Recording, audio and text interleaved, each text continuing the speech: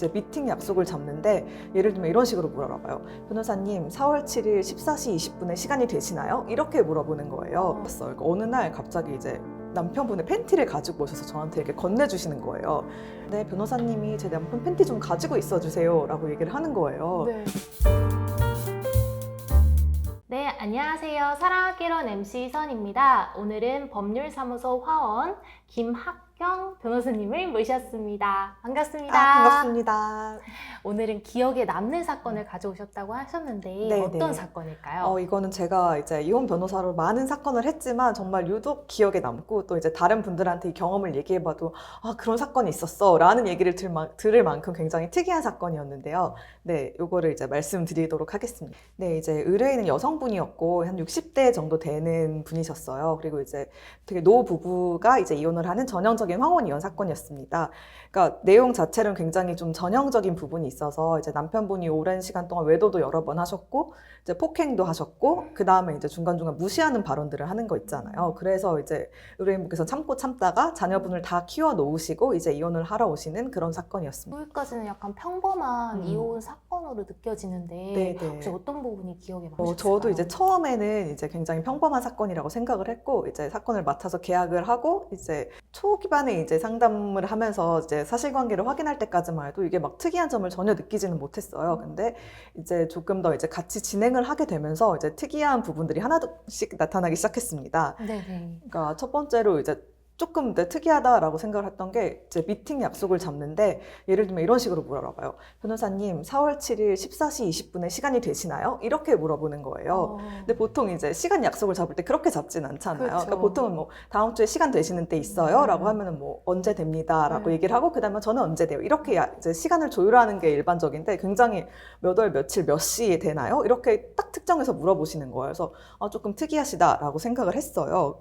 그리고 또 하나 특이한 점이 있었다라고 하면 이제 사진 같은 걸 증거로 보내주시잖아요, 저한테. 근데 똑같은 사진을 이렇게 3개씩 보내주세요. 그래서 사진 똑같은 걸 보내주시고 또 어떨 때는 막 5개씩 보내주세요. 그래서 제가 근데 뭐 어르신들은 이제 카톡을 하다 보면 똑같은 걸 보내실 수도 있잖아요. 그렇죠. 그래서 제가 오류가 날 수도 네, 그래서 이거는 중복돼서 보내주시는 거고 그냥 한 번만 눌러서 보내주시면 돼요라고 하셨는데 이제 부분이 되게 수줍게 네 변호사님 저 알고 있어요 이렇게 얘기를 하시는 거예요. 그래서 좀 특이하시다. 뭐 여러 번 보내지는 게 이제 안심이 되나 보다라고만 생각하고 넘겼어요. 근데 진짜 특이한 일이 이제 딱 생겼어요. 그러니까 어느 날 갑자기 이제 남편분의 팬티를 가지고 오셔서 저한테 이렇게 건네주시는 거예요. 그래서 그날 제가 되게 깜짝 놀랐어요. 왜냐면은 살면서 이제 뭐 다른 남성분의 팬티를 받는다는 게 되게 이례적인 일이잖아요. 그래서 정말 많이 놀랬지만 이제 참고 이제 태어난 척하면서 누구누구님 이런 팬티는 외도의 증거 자료가 될 수 없습니다. 뭐 요거는 가져가시는 게 좋을 것 같아요라고 차분하게 말씀을 드렸더니 이제 또 그 의뢰인분이 알고 있어요. 근데 변호사님이 제 남편 팬티 좀 가지고 있어주세요라고 얘기를 하는 거예요. 네. 그래서 너무 이게 무슨 일이지?라고 가지고만 있었던 네, 저한테 팬티를 가지고 있어달라고 말씀을 하시더라고요. 그래서 제가 너무 간곡히 부탁을 해가지고 이제 그거를 돌려보내지는 못하고 이제 비닐백에 담아가지고 그냥 보관만 하고 있었습니다. 네. 어느 날 갑자기 이제 저한테 조그만 통을 가지고 오셨어요. 그래서 이거 변호사님 책상 옆에 꼭 두세요라고 얘기를 하는데 딱 이게 뭐지?라고 보니까 이제 그 락앤락 반찬통 조그만 거 있잖아요. 네네. 거기에 이제 팥이 담겨 있는 거예요. 그래서 이거를 보니까 팥을 보니까 이제 딱 그때 촉이 왔어요. 팥이면은 이거 좀 되게 무속신앙이랑 관계가 있겠다라는 생각이 들어가지고 이제 의뢰인분한테 계속 혹시 저한테 이렇게 좀 이런 행동을 보이셨던 게 좀 무속신앙적인 이유에서 그러신 거냐라고 하니까 처음엔 아니에요 그런 거 아니에요라고 하다가 제가 이거 파시면은 이거 좀 빼박이시다. 진짜 그런 거 아니냐. 솔직히 말씀하셔도 된다라고 이제 좀 달래드리니까 맞다고 변호사님 제가 너무 지금 불안해서 이 무당과 함께 컨설팅을 받고 있고 그러니까 무당한테 상의를 막 드리고 있고 좀 무당이 이렇게 하면 좋다고 해서 본인도 그렇게 하고 계시다고 저한테 얘기를 해주시더라고요. 진짜. 그럼 같이 그럼 진행을 한 거예요? 네, 그러니까 어떻게 보면은 이제 무속적인 거는 무당이 컨설팅을 해주고 법률적인 거는 제가 컨설팅을 하면서 무당이랑 같이 사건을 진행하게 된 거죠. 네. 그럼 무속인이랑 같이 진행하다 보면 문제가 발생하지 사실 뭐 무속인이 뭐 직접적으로 나쁜 영향을 끼치는 그런 게 있는 건 아니었어. 그러니까 예를 들면은 뭐 날짜를 정할 때 이제 서면은 몇 월 며칠 몇 시에 내주세요 이렇게 얘기를 한다거나 아니면은 좀 중요한 증거 자료를 당장 이렇게 바로바로 주진 않으시고 이제 딱 날짜가 좀 특이한 날짜나 시간에 주시거나 하는 정도여가지고 이게 뭐 당연히 약간의 스케줄링 하는데 어려움은 있었지만 막 방해가 되거나 아주 나쁜 거는 아니었기 때문에 큰 문제라고 여기진 않았고 특히나 이혼 사건 같은 경우에는 뭐 법적으로 이렇게 이성적이고 합리적으로 하는 것보다 또 이제 의뢰인의 마음에 맞게 잘 해드리는 게 중요하잖아요. 그래서 뭐 큰 문제가 되지 않는다라고 생각을 해가지고 그냥 원한 대로 좀 들어드렸습니다. 네.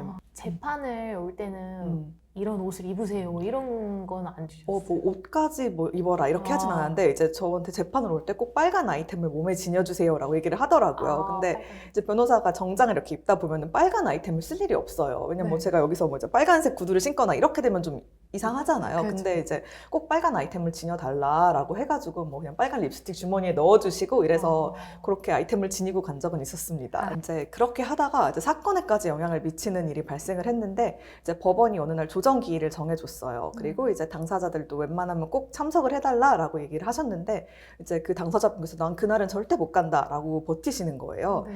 근데 조정 기일이라는 게 뭐 변호사가 대리를 해서 가도 돼요. 그렇지만 조정이라는 게 뭐 디테일하게 협의해야 될 게 많거든요. 예를 들면 뭐 이 빌딩은 내가 갖고 저 집은 내가 가질게 이런 식으로 협의를 한다거나 아니면 지금 이제 차가 당신 명의이지만 내가 주로 타고 있으니까 차량 명의는 넘겨줘라 대신 뭐 이만큼 금액을 양보할게 이런 식으로 되게 디테일한 협의가 많이 이루어져야 되기 때문에 가급적이면 당사자가 오는 게 좋은데 이제 갑자기 그날에 자기는 절대 못 간다고 이제 이야기를 하셔가지고 조금 이제 그때부터는 조금 이제 문제가 되기 네. 시작했어요. 네.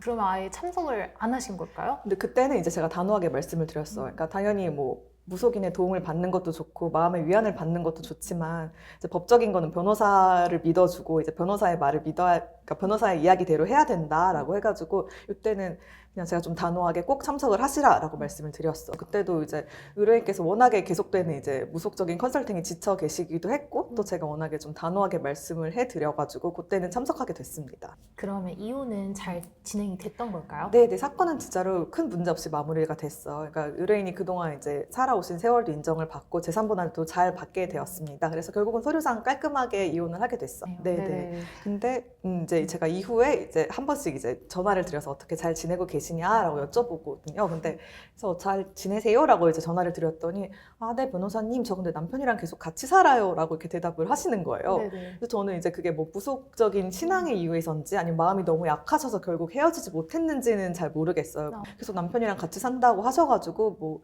별다른 이야기는 하지 않고 행복하시길 바라겠어요 하고 넘어갔죠. 네. 그럼 이렇게 이혼에 있어서 신앙을 이렇게 믿으시는 분들이 이렇게 많이 있을까요?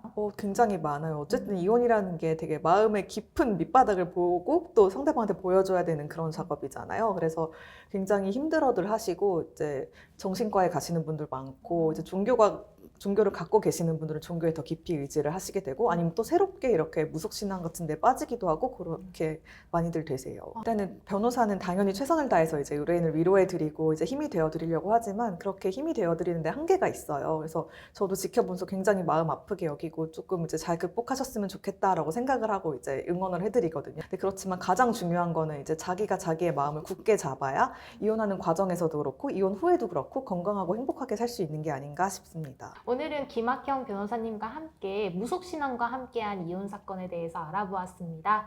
유익하셨더라면 구독, 좋아요, 알림 설정 부탁드립니다. 감사합니다. 감사합니다.